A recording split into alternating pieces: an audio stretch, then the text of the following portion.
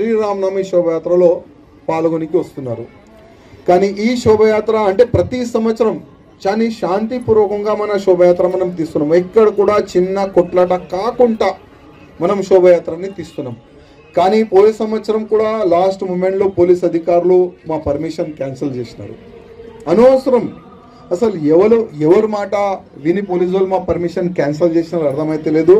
కానీ MIM office నుంచి వాళ్ళకి ఆర్డర్ వచ్చిందేమో, అందుకోసం శ్రీరామనవమి శోభయాత్రని పోయే సంవత్సరం వాళ్ళు క్యాన్సిల్ చేసినారు రైటింగ్గా. కానీ ఈ సంవత్సరం మా పెద్దలు అన్నారు, మనకు ఎందుకు అవసరం పర్మిషన్, ఎందుకు మనకు, ఇది మన దేశం, ఇది మన హిందూ దేశం.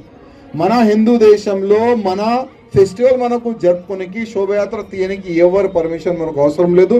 వితౌట్ పర్మిషన్ ఈ సంవత్సరం మనం శోభయాత్ర తీస్తాం.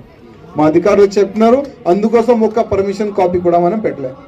ఈ సంవత్సరం వితౌట్ పర్మిషనే మనం శోభయాత్ర తీస్తున్నాం. అదేవిధంగా ఈ శోభయాత్రలో మనం ఒక సంకల్పం తీసుకుందాం. ఇప్పుడు మహారాష్ట్రలో ఔరంగజేబు సమాధి ఉన్నది. ఆ సమాధిని కూల్చనికి మహారాష్ట్ర హిందువులు రెడీ ఉన్నారు. ఒకవేళ అవసరం పడితే మన తెలంగాణ నుంచి కూడా లాక్స్ ఆఫ్ రామ భక్తులు మనం మహారాష్ట్ర వెళ్దాం, సంభాజీ నగర్ వెళ్దాం, అదే ఔరంగజేబు సమాధిని కూల్చేద్దాం. ఎందుకంటే ఆ ఔరంగజేబు సమాధి మన భారతదేశంలో ఎక్కడ కూడా ఉండకూడదు. ఆ సమాధిని తీసి ఏదైనా సముద్రంలో మనం పాడేద్దాం. ఆ ఒక్క సంకల్పం మనం తీసుకోవాలి. అదేవిధంగా భారతదేశాన్ని హిందూ రాష్ట్రం మనం ఎట్టి పరిస్థితుల్లో చేస్తున్నాం. ఎందుకంటే నెక్స్ట్ ఈ ఎలక్షన్ అయిపోయింది కదా, మూడోసారి ప్రధానమంత్రి మోదీ గారు అయిపోయినారు కదా.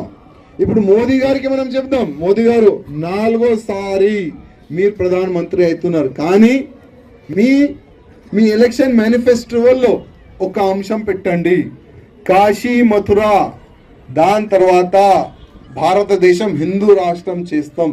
అది కూడా మేనిఫెస్టోలో వేస్తే చాలా బాగుంటుందని మనమందరం సోషల్ మీడియా పరంగా మోదీ గారికి రిక్వెస్ట్ చేస్తున్నాం.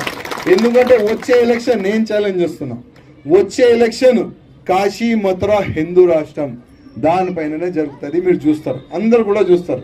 అదేవిధంగా ఇవాళ ఒక అయోధ్య అంటే అయోధ్యలో భవ్యమైన రాముడి గుడి కడితేనే ఈ ఔరంగజేబు కొడుకులు, ఆ బాబర్ కొడుకులు పరేషాన్ ఉన్నారు.